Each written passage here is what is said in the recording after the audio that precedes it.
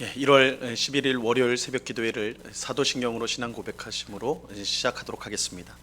전능하사 천지를 만드신 하나님 아버지를 내가 믿사오며 그 외아들 우리 주 예수 그리스도를 믿사오니 이는 성령으로 잉태하사 동정녀 마리아에게 나시고 본디오 빌라도에게 고난을 받으사 십자가에 못 박혀 죽으시고 장사한 지 사흘 만에 죽은 자 가운데서 다시 살아나시며 하늘에 오르사 전능하신 하나님 우편에 앉아 계시다가 저리로서 산 자와 죽은 자를 심판하러 오시리라. 성령을 믿사오며 거룩한 공예와 성도가 서로 교통하는 것과 죄를 사하여 주시는 것과 몸이 다시 사는 것과 영원히 사는 것을 믿사옵나이다.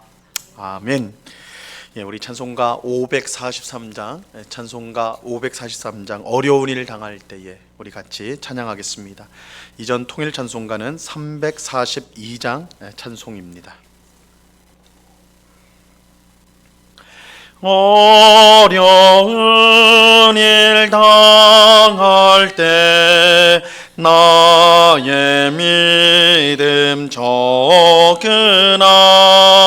의지하는 내 주를 더욱 의지합니다.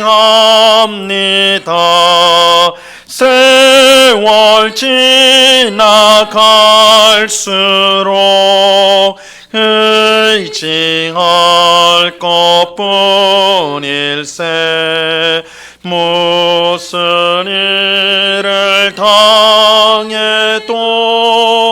예수 의지합니다. 성령께서 내 마음 밝히 비춰주시니 인도하심 따라서 주만 의지합니다. 세월 지나갈수록 의지할 것뿐일세. 무슨 일을 당해도 예수 의지합니다. 밝을 때의 노래와 어두울 때의 기도로 위태할 때 도움을 주께 간구합니다. 세월 지나갈수록 의지할 것뿐일세. 무슨 일을 당해도 예수 의지합니다. 생명 있을 동안에 예수 의지합니다. 천국 올라가도록 의지할 것뿐일세. 세월 지나갈수록 의지할 것뿐일세. 무슨 일을 당해도 예수 의지합니다. 아멘. 기도하겠습니다. 참 좋으신 아버지 하나님, 귀하고 은혜로운 주일을 보내게 하시고 월요일 첫 시간 이렇게 기도하기 위해 주님 앞에 나올 수 있도록 인도하시니 참으로 감사합니다. 형제들아, 우리가 예수의 피를 힘입어 성소에 들어갈 담력을 얻었나니라고 말씀하셨습니다. 우리의 의와 공로는 하나님 앞에 나아갈 수 있게 하지 못합니다. 우리는 어떤 것으로도 주님 앞에 나갈 수 없는 그런 흉악한 죄인들입니다. 그러나 오직 예수 그리스도의 보혈을 힘입어 그 십자가 공로를 힘입어 살아계신 하나님 앞에 나아갈 수 있는 귀한 은혜를 얻었사오니 우리가 매일매일 말씀과 기도로 살아계신 하나님 앞에 나아가 부어주시는 풍성한 은혜와 능력을 힘입고 그래서 이 땅을 하나님 백성다운 복된 삶을 살아가는 저희들이 다 될 수 있도록 주님 주장하여 주시옵소서. 강추위가 계속되는 가운데 있습니다. 우리의 몸이 움츠려들듯이 우리의 영혼이 움츠려들지 않기를 원합니다. 오히려 더욱더 주님을 힘써서 섬기는, 주님 앞에 더 가까이 나가고 주님의 말씀을 또한 기도를 통해 주님과 늘 동행하는 복된 삶, 활력 있는 믿음의 삶을 살아가는 저희 모두가 될 수 있도록 주님 도와 주시옵소서. 이 시간 주의 말씀을 듣고자 합니다. 성령 하나님께서 밝히 조명하여 주셔서 주의 말씀의 뜻을 깨닫게 하옵시고 이 말씀을 온전히 순종하여 하나님 앞에 영광이 되는 저희의 삶이 되게 하여 주시옵소서. 감사와 찬양을 주께 드리오며 예수 그리스도 이름으로 기도드리옵나이다. 아멘. 하나님 말씀을 다 같이 봅니다. 누가복음 9장 37절로 43절까지의 말씀을 우리가 다 같이 보겠습니다. 누가복음 9장 37절로 43절까지의 말씀입니다. 하나님의 말씀을 봉독합니다. 이튿날 산에서 내려오시니 큰 무리가 맞을세 무리 중에 한 사람이 소리질러 이르되 선생님 청컨대 내 아들을 돌보아 주옵소서. 이는 내 외아들이니이다. 귀신이 그를 잡아 갑자기 부르짖게 하고 경련을 일으켜 거품을 흘리게 하며 몹시 상하게 하고야 겨우 떠나 가나이다. 당신의 제자들에게 내쫓아 주기를 구하였으나 그들이 능히 못하더이다. 예수께서 대답하여 이르시되 믿음이 없고 패역한 세대여 내가 얼마나 너희와 함께 있으며 너희에게 참으리요. 내 아들을 이리로 데리고 오라 하시니 올 때에 귀신이 그를 거꾸로 뜨리고 심한 경련을 일으키게 하는지라.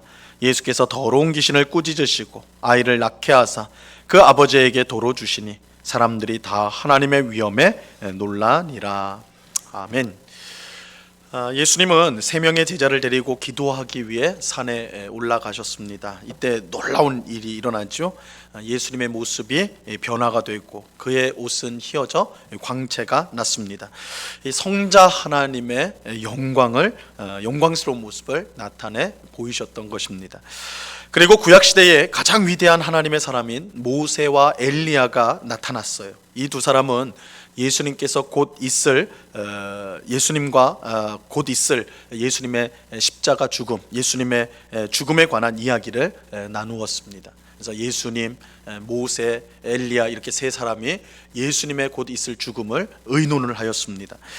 모세와 엘리야는 하나님께서 이스라엘 백성과 맺은 언약과 깊은 관련이 있는 사람들이었어요. 그런데 이들이 나타나 예수님의 죽음에 관해 이야기를 나눈 그것은 예수님의 죽음이 새로운 언약과 관련이 있기 때문입니다. 하나님은 예수님의 죽음을 통해 새로운 언약을 맺으려 하셨습니다. 이 언약은 모세를 통해 이스라엘 백성과 맺었던 첫 번째 언약과는 비교할 수 없는 탁월한 언약이었습니다. 그래서 모세와 맺은 시내산에서 맺은 이 첫 번째 언약을 우리가 옛 언약이라고 한다면 예수님과 이제 맺게 될 언약은 새 언약이다. 이렇게 이제 구분을 할 수가 있죠. 이 새 언약이 얼마나 탁월한 언약이냐면 이 모세를 통해 맺은 첫 번째 언약은 이스라엘 백성의 죄악으로 말미암아 깨지게 됩니다. 하지만 예수님을 통해 새롭게 맺어질 언약은 절대 깨지지 않을 영원한 언약이 될 것입니다.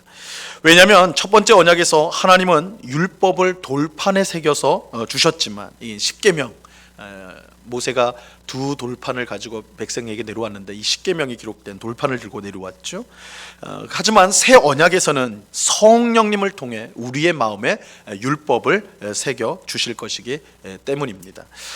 이것은 성령님의 역사로 우리가 하나님의 율법에 순종하게 되는 것을 보여주는 것입니다. 그래서 첫 번째 언약에서는 하나님의 율법이 돌판에 새겨져서 백성에게 주어졌지만 이제 예수님을 통해 세워질 새 언약에서는 똑같은 율법이지만 돌판이 아닌 우리 마음에 그 율법이 새겨지게 될 것입니다. 그것은 성령님을 우리에게 주셔서 그 율법을 지키도록 하실 것이다 라는 것을 의미하는 거예요.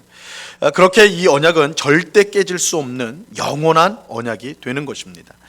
이처럼 예수님은 모세와 엘리야와 함께 그의 죽음으로 새 언약이 세워질 것에 대해서 함께 의논하셨습니다. 이것은 곧 있을 예수님의 죽음이 얼마나 중요한 구원 사건이 되는 것인가를 보여주는 것이죠. 한편 예수님께서 이 세 명의 제자들과 산 위에 계실 때 산 아래에 있던 나머지 제자들은 매우 곤혹스러운 일을 당하고 있었습니다. 예수님이 산 아래로 내려오시자 큰 무리가 모여들었어요. 이때 한 사람이, 무리 중 한 사람이 예수님을 향해 큰 소리를 질렀습니다. 38절과 39절을 보세요. 무리 중에 한 사람이 소리 질러 이르되 선생님 청컨대 내 아들을 돌보아 주옵소서.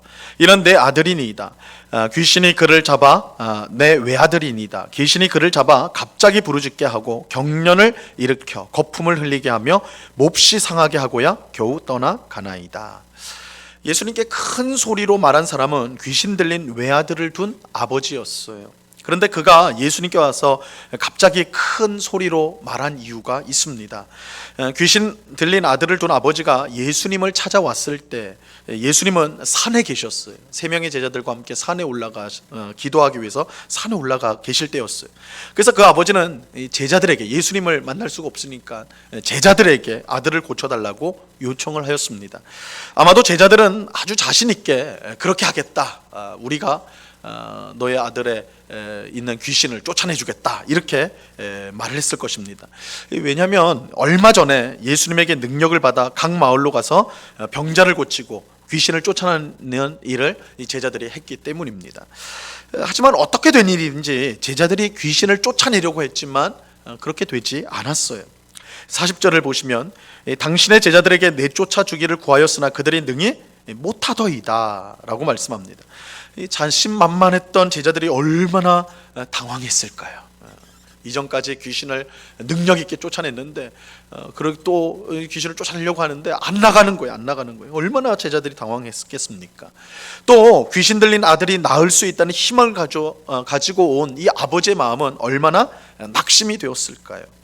이 아버지는 낙심한 마음으로 예수님을 보자 큰 소리로 말했던 거예요. 하지만 예수님은 그 아버지의 말을 듣고는 책망의 말씀을 하셨죠. 41절을 보세요. 예수께서 대답하여 이르시되 믿음이 없고 패역한 세대여, 내가 얼마나 너희와 함께 있으며 너희에게 참으리요, 내 아들을 이리로 데리고 오라 하시니. 예수님은 믿음이 없고 패역한 세대여, 내가 얼마나 너희와 함께 있으며 너희에게 참겠느냐, 이렇게 야단치셨어요. 책망하셨어요. 이 책망은 누구를 향한 것일까요? 먼저는 제자들이에요. 제자들. 사실 제자들은 자신만만하게 귀신 들린 아들을 고치려고 했습니다. 얼마 전까지 마을을 돌아다니며 온갖 귀신을 쫓아내는 일을 했기 때문입니다. 자신들에게는 얼마든지 귀신을 쫓아내는 능력이 있다고 생각했습니다. 하지만 귀신이 나가지 않았어요.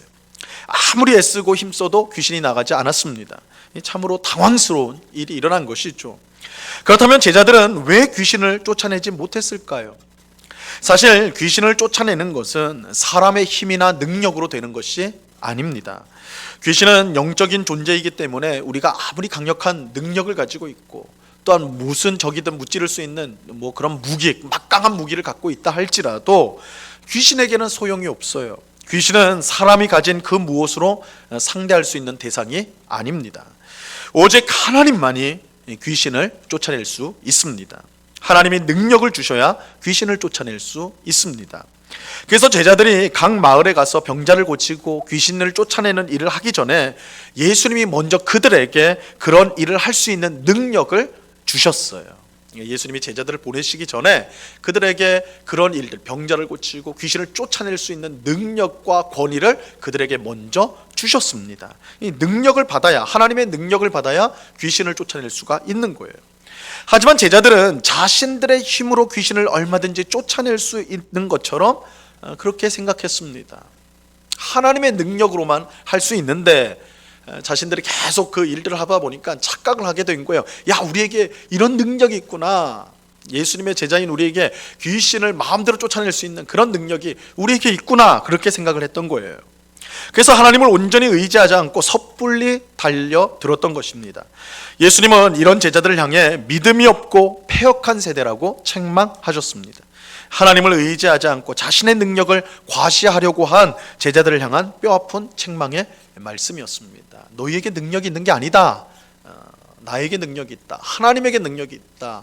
너희는 하나님을 온전히 의지할 때야만 귀신을 쫓아낼 수 있다. 너희가 할 수 있는 거 아니다. 근데 그것을 알지 못하고 왜 믿음 없이 행하였느냐, 이렇게 책망하신 거예요.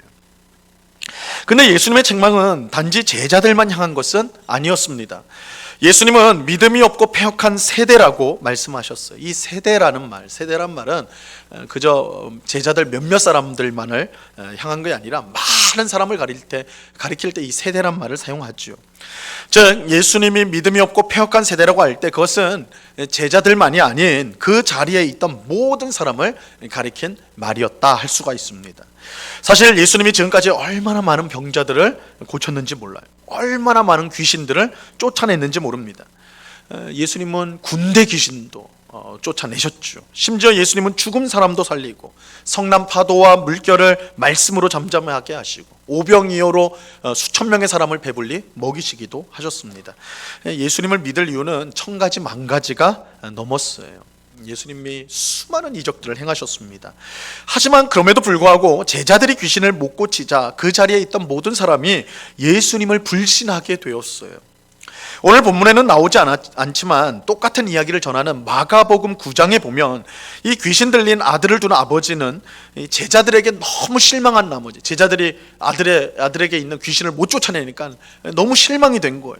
그래서 예수님을 만나자마자 이제 말을 하는데 어떻게 말을 하냐면 오늘 우리가 보는 누가복음에는 없지만 이 마가복음에는 있어요. 마가복음에 뭐라고 아버지가 말하냐면 무엇을 하실 수 있거든, 예수님에게 무엇을 하실 수 있거든 우리를 불쌍히 여겨 주십시오, 이렇게 아버지가 말을 해요.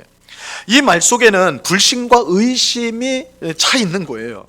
당신의 제자들을 보니 당신도 크게 다를 것 같지 않지만 내가 당신의 소문을 듣고 사람들이 하는 말을 듣고 어떤 귀신이든 쫓아낸다 해서 이렇게 왔는데 당신 제자들이 아무것도 하지 못하는 걸 보니까 당신도 믿업지 못하다. 하지만 뭔가 그래도 당신이 선생이니까 할 수 있는 것이 있다면 좀 그거라도 좀 해봐라, 이런 뜻이 있는 거예요. 예수님은 그 아버지의 마음을 바로 아시고 이렇게 말씀하셨죠. 마가복음 9장 23절입니다. 예수께서 이르시되 할 수 있거든이 무슨 말이냐, 믿는 자에게는 능히 하지 못할 일이 없느니라. 이 제자들의 무능함을 보고 실망한 아버지에게 예수님은 믿음을 가지라, 할 수 있거든이 무엇이냐, 믿음을 가지라, 믿음을 가져야 이 일이 일어난다, 이렇게 믿음을 강력하게 촉구하였어요. 이처럼 제자들이 귀신을 쫓아내지 못하자 그 자리에 있는 모든 사람이 예수님을 못 믿어하게 되었습니다. 이에 예수님은 그들을 믿음이 없고 패역한 세대라고 책망하셨던 거예요. 예수님은 제자들과 그 자리에 있던 사람들을 책망하신 후에 귀신 들린 아들을 낫게 해 주셨습니다. 그제서야 사람들은 예수님을 통해 나타난 하나님의 위엄을 놀라워하였지요. 오늘 보면 43절을 보시면 사람들이 다 하나님의 위엄에 놀라니라, 이렇게 말씀합니다. 여러분, 오늘 말씀에서 제자들의 실패는 무엇이었습니까? 믿음을 자기의 능력으로 생각한 것입니다. 하지만 믿음은 내게 있는 무엇이 아니에요.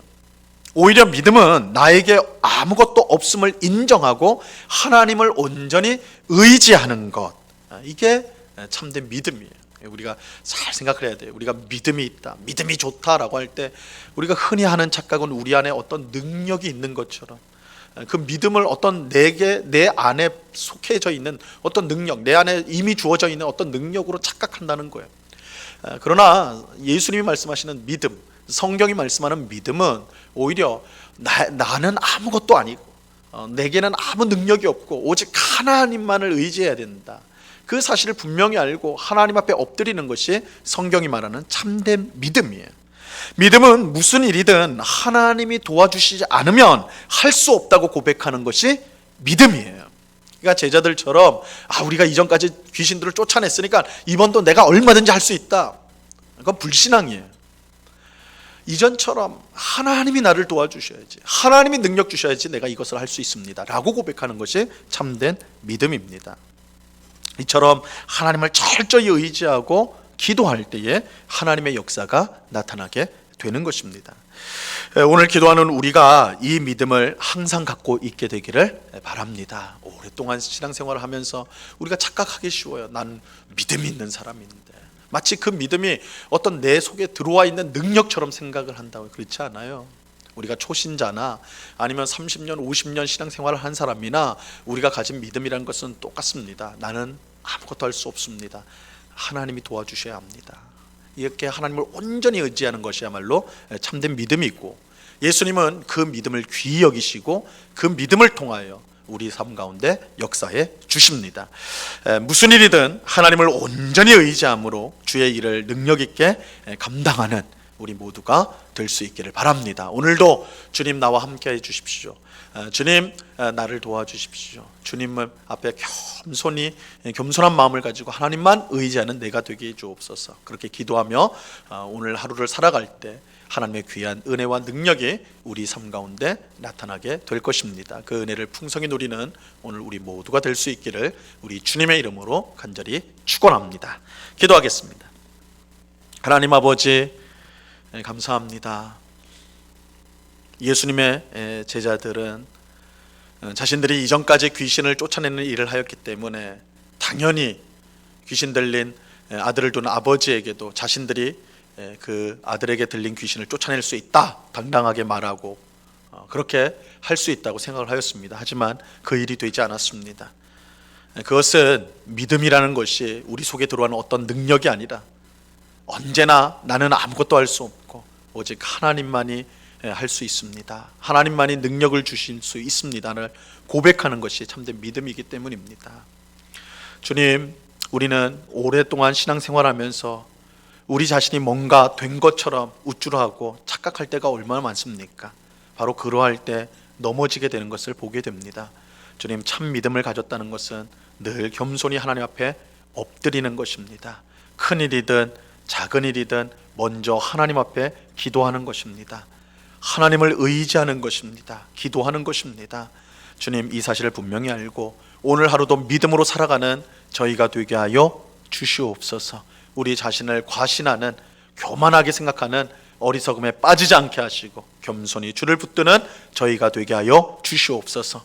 아버지 하나님, 특별히 이 시간 우리 성도들 가운데 육신의 연약함 가운데 고통하는 우리 환우들을 위해서 기도합니다. 병원에서 치료를 받고 있는 우리 성도들이 있습니다. 항암 치료를 받고 있는 우리 성도님들이 있습니다.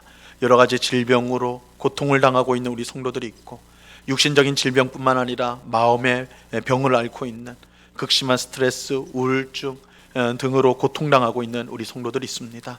주님, 우리를 불쌍히 여겨 주옵소서. 우리의 몸과 마음을 깨끗하게 하여 주시옵소서. 강건하게 하여 주시옵소서. 오직 하나님을 의지하여 우리의 연약함이 주님으로 인하여 강함이 되게 하여 주시되, 그러나 이 강함은 오직 하나님으로, 하나님이 우리 안에 계시기 때문에 우리가 강해질 수 있음을 알게 하사 정말 하나님 안에서 우리의 믿음과 우리의 몸과 마음이 건강해지기를 늘 기도하고 힘쓰는 저희가 되게 하여 주시옵소서. 그러나 주님, 고난의 귀한 뜻이 있는 줄로 또한 우리로 하여금 알게 하옵소서. 우리가 약할 때 더욱 하나님을 의지하게 되는 이 신비를 알게 하여 주사, 연약함 가운데서 더욱더 힘있게 주님을 의지하는, 실망하지 않고 낙심하지 않고 하나님을 바라보는 저희가 될 수 있도록 굳센 믿음을 더하여 주시옵소서. 오늘 하루도 언제나 주님께서 함께하여 주실 것을 믿고 감사하며 예수 그리스도 이름으로 기도드리옵나이다. 아멘. 하늘에 계신 우리 아버지여, 이름이 거룩히 여김을 받으시오며 나라에 임하옵시며 뜻이 하늘에서 이룬 것 같이 땅에서도 이루어지이다. 오늘날 우리에게 일용할 양식을 주옵시고 우리가 우리에게 죄 지은 자를 사하여 준 것 같이 우리 죄를 사하여 주옵시고 우리를 시험에 들게 하지 마옵시고 다만 악에서 구하옵소서. 내게 나라와 권세와 영광이 아버지께 영원히 있사옵나이다. 아멘.